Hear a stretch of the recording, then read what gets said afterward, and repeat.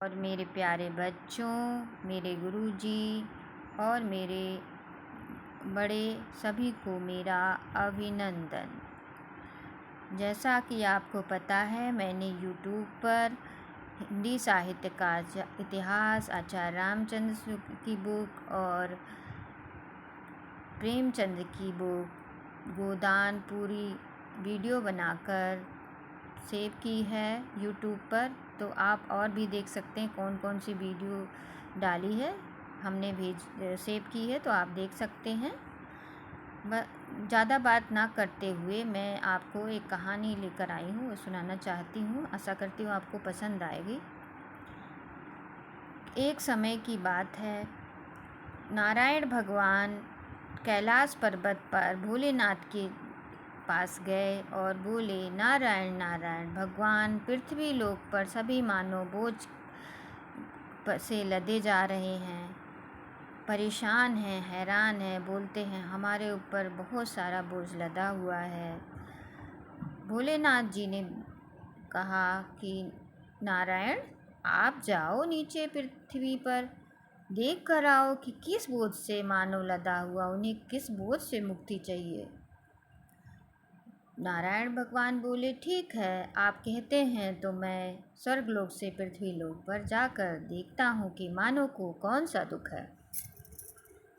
इस प्रकार जब पृथ्वी पर नारायण भगवान आए तो उन्होंने देखा सब लोग अलग अलग तरीके से हैं, सभी अलग हैं। कहीं पर पेड़ ही नहीं है, कहीं पेड़ है, कहीं बिल्डिंग बना है, कहीं बहुत बड़ा घर है तो उसमें आदमी ही नहीं है, एक दो मानव उसमें रह रहे हैं, यार कोई नहीं रह रहा, बंद पड़ा है। कोई झोपड़ पट्टी में रह रहा है, उसको घर नहीं है। किसी के बहुत काम है तो किसी के काम ही नहीं है। पर उन्हें तो ये पता करना था कि मानव किस बोझ से लद रहा है। तो उन्होंने देखा कि पृथ्वी पर किसान के पास जाकर बोला कि बोलिए, तुमने कौन सी खेती की है। तो उन्होंने कहा कि कहाँ खेती होती है, पैदा ही नहीं होता है ज़मीन से ज़्यादा, और देखो उनकी कितना सारा होता है, पता नहीं मैं इतना मेहनत करता हूँ फिर भी मेरे कुछ भी नहीं होता है।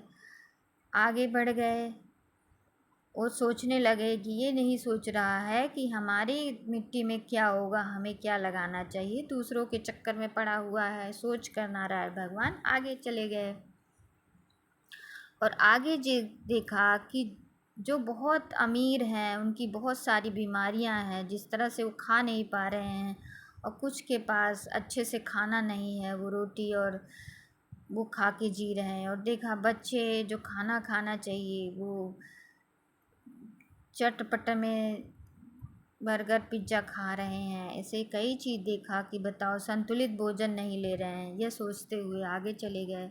अब बोले जिनके भगवान दे रखा है उन्हें तो तमाम बीमारियां, शुगर, हाई ब्लड प्रेशर, ये सब है, चिंता से भरे पड़े हैं वो।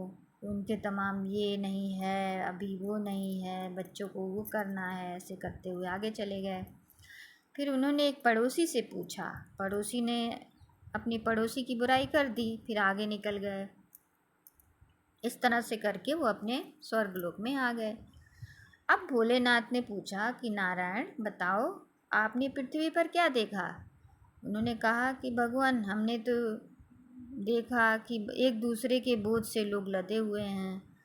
अपना बोझ तो उन्होंने पीछे लाद रखा है और दूसरों का बोझ आगे लाद रखा है, तो उसे दूसरों को बताते रहते हैं, इससे उनका बोझ कम होता है, लेकिन अपना बोझ उनको दिखता नहीं है। यही हमने देखा। तो भोलेनाथ ने बोला कि नारायण जी, हमने समझा नहीं आप क्या कहना चाहते हैं। तो भोलेनाथ ने कहा कि भगवान ऐसा है कि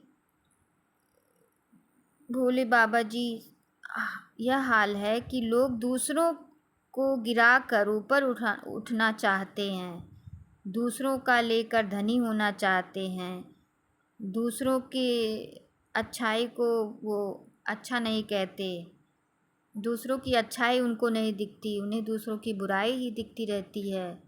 अच्छा कार्य ना करते हुए सिर्फ दिखावा करते हैं कि जैसे किसी को कंबल दे दिया, एक फ़ोटो खिंचा दिया, डाल दिया कि बस हमने दे दिया, ये कंबल वो ओढ़ेगा कि नहीं ओढ़ेगा, उसके काम आएगा। और भिखारी भी बुरा हाल है, जो श्रद्धा से भिखारी उसे भीख देता है, उनके ऊपर लूटो लूट मचाते हैं, छीना झपटी करते हैं, उनके पास धैर्य नहीं है, बैठ ही नहीं रहते हैं, लाइन से लेते ही नहीं है। बेचारा भी जो देने वाला होता है वो डर के मारे दूसरे दिन जाता ही नहीं, जब कभी कि भैया कौन दे, हमारे पास तो कम है, और भिखारी बहुत है, लूट लेते हैं, बैग ही छीन लेते हैं हमारा। ये हाल है पृथ्वी का।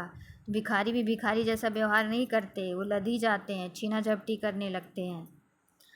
और दूसरा यह देखा कि लोग अपनी बुराई को तो नहीं बताते, पर दूसरों की बुराई बताते रहते हैं। तो अपनी बुराई वो पीठ पर लाद लेते हैं, अपनी बुराई का बोझ, और दूसरे की बुराई का बोझ आगे रख लेते हैं।